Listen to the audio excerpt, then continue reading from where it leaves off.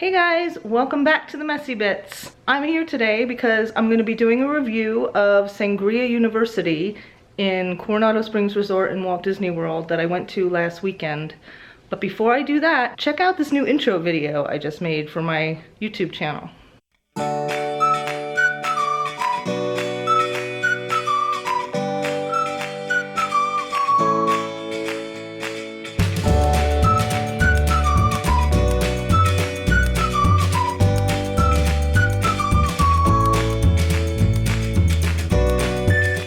And before we get into the review of the sangria, I thought, what better way to review a sangria tasting course, whatever, than to do it while drinking a glass of sangria. So I'm going to be making a pitcher of sangria right now.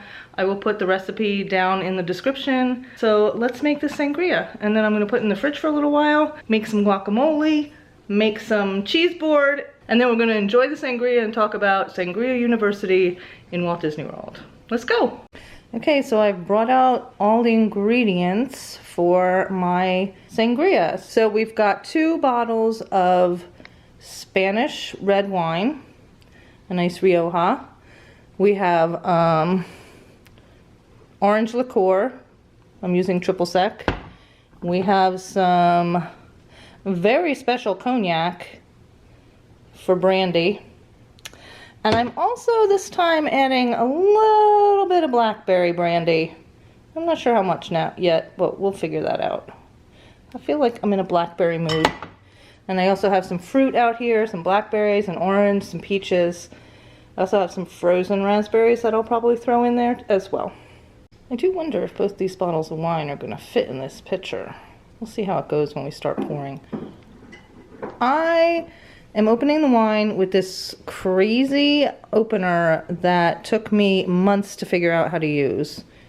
Meanwhile, it's the easiest way for my 80-something-year-old mom to open wine bottles, but I could not figure it out. But I did finally figure it out.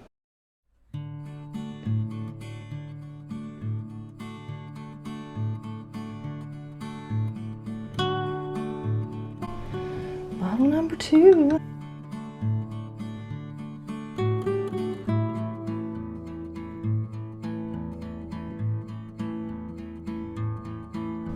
One whole cup of triple sec.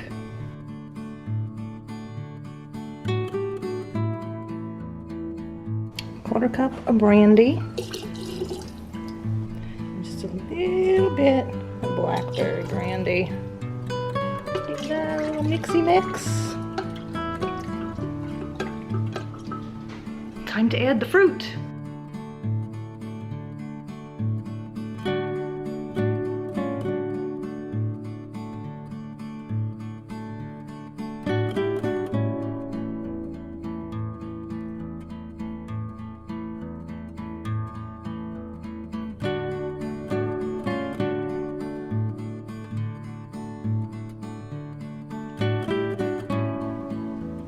Couple slices of lemon, just to be extra. And I'm going to give this a nice stir, and we're going to put it in the fridge for about an hour, and then we'll be ready for sangria and snacks and a nice review of Sangria University. I do have to add a couple of side notes with the sangria. It calls for, I think, a whole bottle of Cava as well, maybe half a bottle, I'm not sure. That is Spanish sparkling wine, and usually I don't put that in. Usually we use Sprite and just like a splash, but I don't put it in until the sangria is in the glass so that it doesn't like go flat in the sangria, and then if you don't drink it all, it's not good the next day. I mean, who's not going to drink it all, but you know, it's a big pitcher for 2 people. So anyway, so today I did actually get Cava. We're going to try that, but I'm not going to put it in until we put it in the glass. And I also put the ice in the glass. I don't put the ice in the sangria because I don't want it watered down. Okay, everyone, it's time for Sangria Sunday. Look at this spread. Guacamole, cheese, cream cheese and olives, sangria. We've got the Cava here to add in. Grammy's here. She didn't go to Sangria University, but she's here for the snacks and sangria. Say hi, Grammy. Hi. All right, let's open that Cava. Trying that sangria.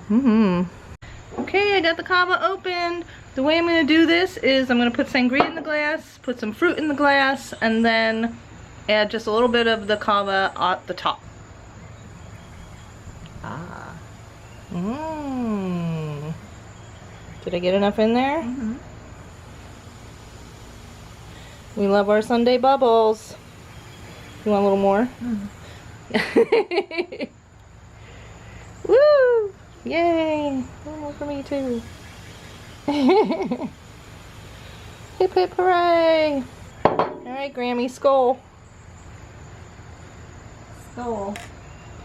Okay, here we go.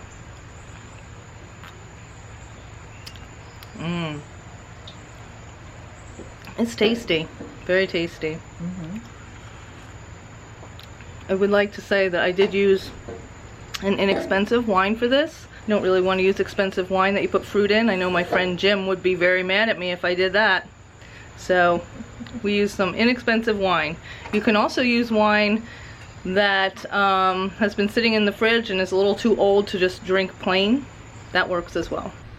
Alright guys, so it's time to talk about Sangria University. Alright, so the first thing I want to talk about is logistics. Sangria University takes place at Coronado Springs Resort at Walt Disney World, and I should say it's not university, obviously, it's just a tasting and you learn about the history of sangria, but that they just call it Sangria University for fun.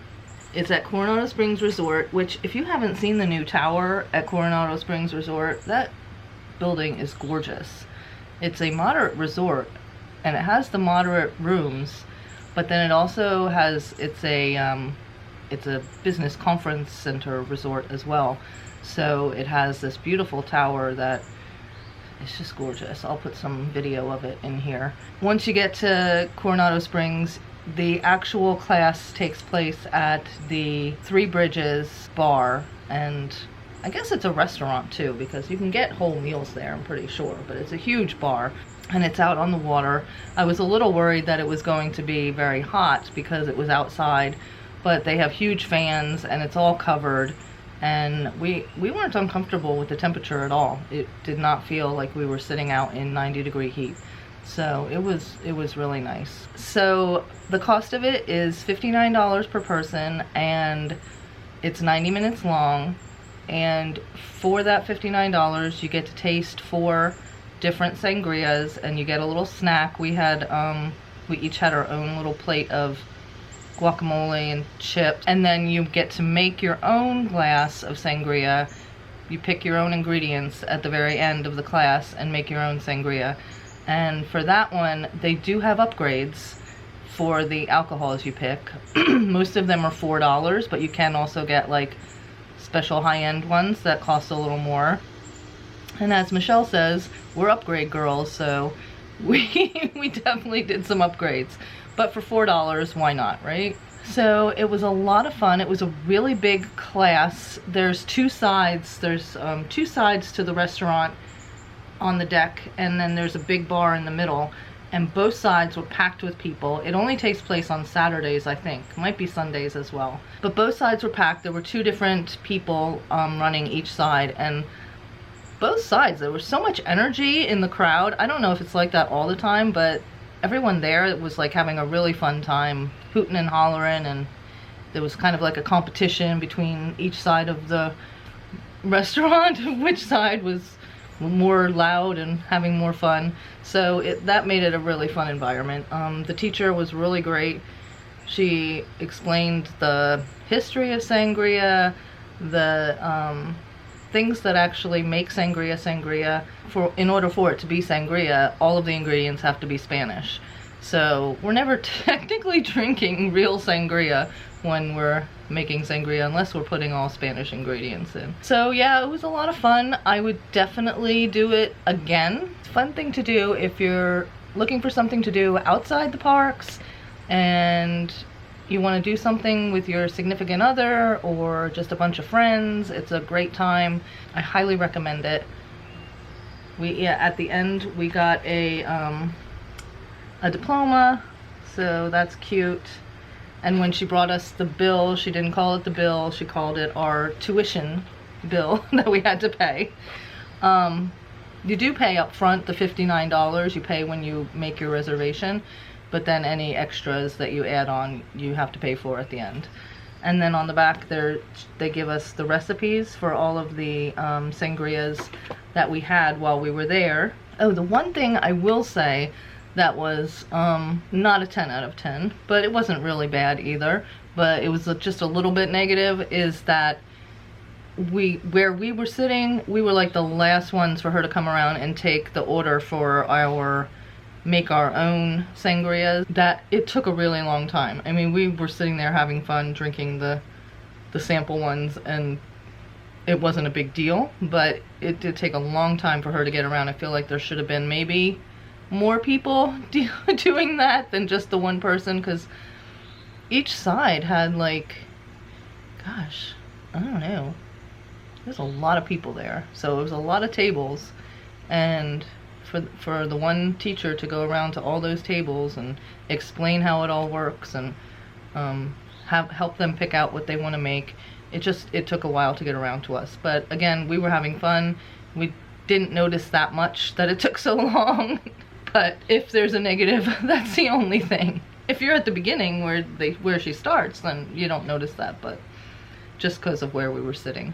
Also, I'm allergic to strawberries, and I did tell them that when I got there, just in case they had any strawberry in any of the sangrias. They gave me a special holder with the 4 different sangrias in it, but I think that there was nothing different about them. I don't think there was any strawberry in any of the sangrias. I mean, I guess they could have put strawberries themselves in, but even looking at Michelle and Shane's, I didn't see any strawberries in any of theirs either. So they also gave us a plate of fruit to put into our sangrias when we made them, and I got a plate with no strawberries on it. That was the only thing that was different from mine. So if you do have any allergies, just let them know when you get there. But anyway, I do highly recommend it. I give it a 10 out of 10. I think if you're looking for something different to do in Walt Disney World that's not in the parks and you just want to have a fun time, definitely check it out. Sangria University. Have a great day. Remember, if you can't find the sunshine, be the sunshine. See you guys soon. Be on the lookout for 2 other review videos that I'm going to be making with Emma and Madison, because we ate at Steakhouse 71 on our last trip, which was a first for all of us, and we ate at the Flying Fish, which was a first for Emma and Madison, but I've eaten there. It's my favorite restaurant on Disney property, so I wanted to take them somewhere special for their birthday, and they absolutely love that restaurant. So I'm going to be doing review videos with them for those restaurants, so be on the lookout for those coming up soon. See you later.